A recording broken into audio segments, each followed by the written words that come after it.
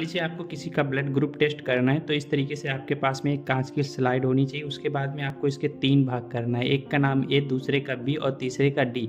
तीनों में अलग-अलग सैंपल आपको लेना है, यानी कि तीनों में एक-एक बूंद सैंपल लेना है और उसमें फिर केमिकल डालना है, ए एंटीसरा, बी एंटीसरा और डी एंटीसरा।